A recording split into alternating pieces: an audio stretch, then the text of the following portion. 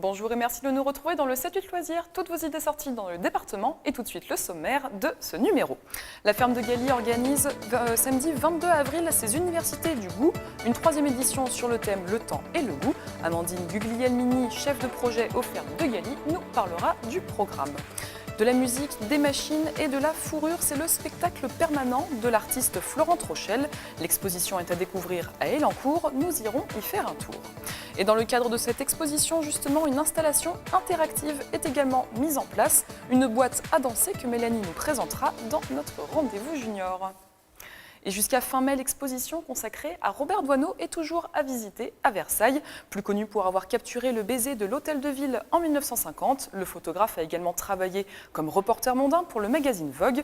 L'exposition a été mise en place par ses 2 filles. Elles seront à l'Espace Richaud samedi 22 avril à 15 h pour échanger avec le public et dédicacer le livre de l'exposition. En mars, elles nous avaient parlé du lien que Robert Doisneau entretenait avec la rédactrice en chef de Vogue de l'époque. Écoutez. Ils se sont entendus dès le départ, vraiment.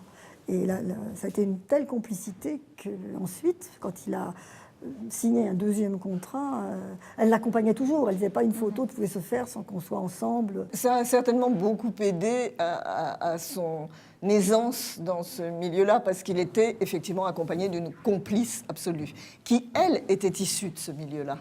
Et qui donc, elle, avait les codes. Ça a beaucoup ajouté dans cette possibilité d'excellence du travail qu'on peut montrer aujourd'hui. Samedi 22 avril, c'est également le début de l'exposition des 40 ans du club photo de Voisins le Bretonneux. Jusqu'au 8 mai, à l'espace de Coville, les visiteurs pourront découvrir le travail des adhérents du club. 80 photos sélectionnées par un jury réunies en 5 thématiques, architecture, paysage, macro, minimaliste et studio. On écoute Jean-Luc de Tavernier, l'un des membres du club photo. Le club compte cette année un peu moins de 50 membres et il y a un peu plus de la moitié des membres qui ont eu des photos de sélectionnées.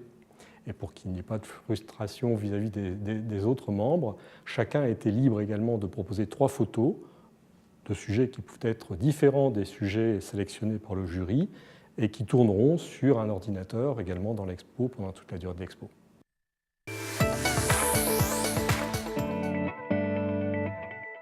Aux fermes de Galy, les universités du goût reviennent pour une 3e édition samedi 22 avril. Toute une journée consacrée au goût, à comment manger et comment prendre le temps de manger. Avec nous, Amandine Guglielmini des fermes de Galy pour nous dévoiler le programme. Bonjour Amandine. Bonjour Camille. Et le programme justement, durant cette journée, il y aura des conférences et des rencontres. Exactement, des conférences, des tables rondes, des témoignages d'entrepreneurs et également un déjeuner où on partagera avec les intervenants un moment convivial avec des petites touches sur le sujet. Le déjeuner, alors c'est accessible à tous, c'est à réserver? Le déjeuner est à réserver, effectivement, et payant. Donc sur le site internet des fermes de Galy. Exactement. Et alors un petit mot sur les intervenants du coup que vous amenez. Alors qui sont-ils? Il y a des chercheurs? Exactement, des chercheurs en sociologie, neurologie, des historiens du goût qui vont nous parler des saisons comme du temps que l'on passait à table avant. Contrairement à aujourd'hui, on passe de moins en moins de temps à table. Voilà. Comme exemple de témoignages, de conférences qu'il y aurait à ne pas manquer? Alors, à ne pas manquer, c'est l'ensemble de la journée parce qu'elle va être très intéressante comme les autres années. Comme témoignage un petit peu particulier, on suit depuis 3 ans Fabrice Egon, qui est éleveur laitier et qui a monté une nouvelle manière de commercialiser le lait avec des éleveurs. Et, c'est une nouvelle forme de coopération qui s'appelle De nous à vous et qui fonctionne très bien. Donc nous, on l'a eu la première année quand il travaillait sur le projet, la 2e année quand il l'a lancé, et cette année, je pense qu'il va passer à sa phase de développement, donc il va nous dévoiler tout ça. Et parmi les chercheurs, vous accueillez des spécialistes également? Exactement. Le premier, par exemple, ça commence dès le matin, c'est ça, vers 10 h? C'est ça, à 10 h. On commence avec Claude Fischler qui va nous parler du mangeur et donc du temps passé à table avec un regard sociologique. Ensuite, on va passer sur une conférence avec Florent Kellier qui est historien et qui, lui, va nous parler du temps de l'Ancien Régime et du temps passé à table pendant l'Ancien Régime. On a le frère Marie Pac qui, lui, va nous faire le lien entre le temps biologique et le temps spirituel puisqu'il produisait du vin précédemment, donc il va nous parler de son expérience. Et on clôture la matinée avec Jacques Lépine qui a inventé une fourchette qui justement nous permet de réguler le temps que l'on passe à table et de ne pas manger trop vite. ensuite. Et après, ça se poursuit toute Ensuite. l'après-midi. Mais alors, on a bien compris, effectivement, la thématique, c'est le temps de cette 3e C'est édition. Alors, quel est le lien, en fait, entre le temps et le goût? Pourquoi avoir choisi cette thématique? Parce que le temps, c'est une dimension centrale pour le goût, puisque on peut parler aussi bien du temps qu'il fait, donc des saisons, du temps que l'on va passer à produire. Vous prenez l'exemple d'une bouchée de pain qu'on met très peu de temps à avaler. En fait, la graine de blé qui a servi à produire la farine, qui elle-même a servi à produire le pain, il y a de fortes chances que ça fasse 1 an et demi qu'elle ait été mise en terre. Donc quand on prend conscience de ça, je pense qu'on passe un repas, un moment pour le repas qui est un peu différent. Et cette journée des universités du goût, ça s'inscrit plus largement dans votre programme pour fêter les 50 ans de votre magasin. 50 week-ends thématiques sont prévus tout au long de l'année. Exactement. Donc ça fait 50 ans maintenant que le magasin des fermes de Galie à Saint-Cyr-l'École est ouvert. Et on essaye d'organiser chaque week-end un sujet particulier. Dans les 5 thématiques phares à ne pas manquer cette année, on a commencé avec la fête des abeilles qui était fin mars. On continue à fêter les abeilles tout au long de l'année parce qu'on a mis en place en fait, en partenariat avec une entreprise belge un biomonitoring. Donc on scanne le territoire grâce aux abeilles pour s'assurer qu'elles ont bien à manger tout au long de l'année. Donc on va faire 4 prélèvements dans nos ruches à 4 moments de l'année pour s'assurer qu'elles vont bien avoir de quoi se nourrir et donc éviter leur mortalité et les maladies. Et dans les prochaines semaines, alors, qu'est-ce qui Et nous dans attend? les prochaines semaines, pour le 14 mai, on va fêter le jardin puisqu'on lance une mini ferme urbaine dans notre magasin au fond de la pépinière où là on va monter un jardin collaboratif, donc tout le monde peut venir s'exercer au jardin et prendre les conseils des personnes qui sont autour de ce jardin pour apprendre à faire un jardin chez soi avec différentes techniques, du plus petit à une dimension plus grande.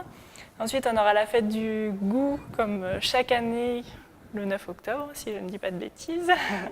Toutes les informations seront à retrouver sur le site internet. Exactement. Donc la fête du goût, on accueille tous nos producteurs. L'année dernière, on a accueilli 50 producteurs, donc je pense que cette année, ce sera pareil. Et on organise aussi un grand buffet champêtre à cette occasion. On a ensuite la fête de la citrouille qui a lieu au moment d'Halloween, où là, parents et enfants viennent creuser des citrouilles. Et enfin, dans le dernier événement à ne pas manquer, ce sera Noël, puisqu'on va ouvrir la ferme du Père Noël. Forcément. Bon, en tout cas, merci beaucoup Amandine Guglielmidi d'être venue sur notre plateau. Donc on le rappelle, les universités du goût sont prévues samedi 22 avril. Et si vous les manquez, pas d'inquiétude, de nombreux autres week-ends festifs sont organisés. Merci encore Amandine Guglielmidi et tous les détails sont à retrouver sur le site internet des fermes de Galie. Merci. Et à Elancourt, la 3e exposition de la saison associant art et sciences vient de débuter.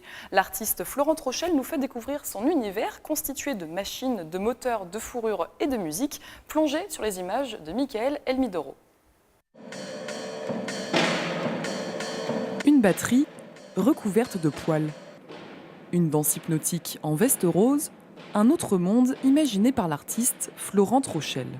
Il y a quelque chose qui renvoie à une sorte d'animal qu'on serait en train d'opérer.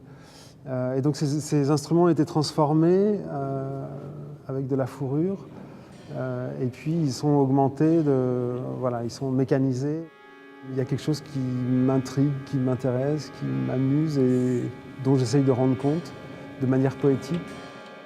Au cœur de la chapelle de la Commanderie des Templiers, l'exposition se veut un spectacle permanent, un laboratoire d'expérience. Des créations réalisées spécialement en harmonie avec le lieu.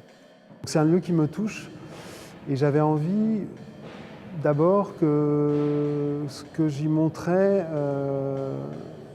entre en résonance et en relation avec ce lieu et en même temps le laisse visible. Je n'avais pas envie de le masquer ou de mettre trop de choses qui auraient fait qu'on ne verrait plus la chapelle. Une rencontre entre sciences de l'ingénieur et création artistique à découvrir jusqu'en juillet. Et pour les plus patients, un message en morse est à déchiffrer dans le rythme de la batterie.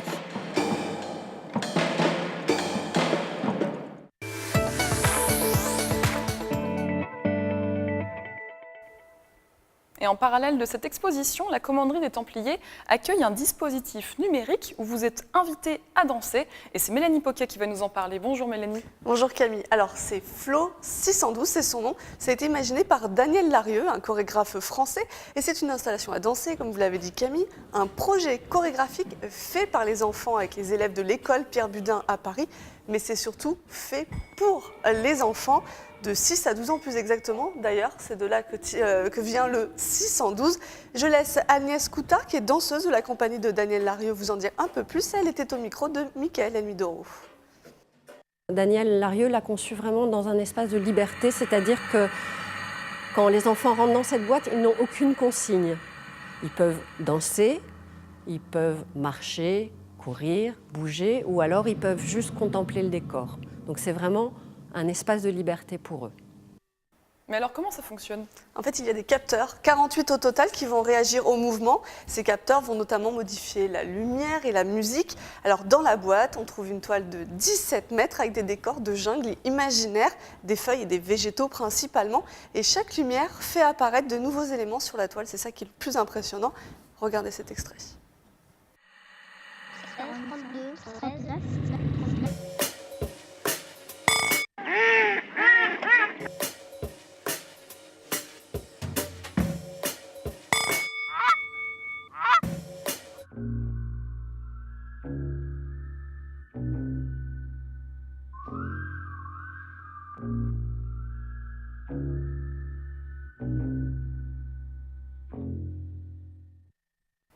Pour tenter l'aventure Flow 612 et pourquoi pas se découvrir des talents de danseurs, rendez-vous à la Commanderie des Templiers jusqu'au 4 mai. Merci Mélanie de nous avoir présenté ce dispositif et on passe maintenant à notre agenda.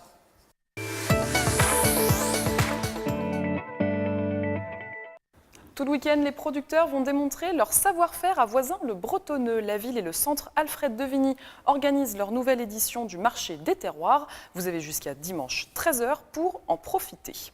Et un nouveau trampoline park a ouvert ses portes à Morpas. Urban Jump propose de nombreuses activités, du dunk au free jump, l'occasion de s'amuser en famille. Et c'est la fin de ce 7-8 loisirs. Je vous remercie de nous avoir suivis. Je vous retrouve vendredi prochain pour un nouveau numéro et je vous souhaite un excellent week-end.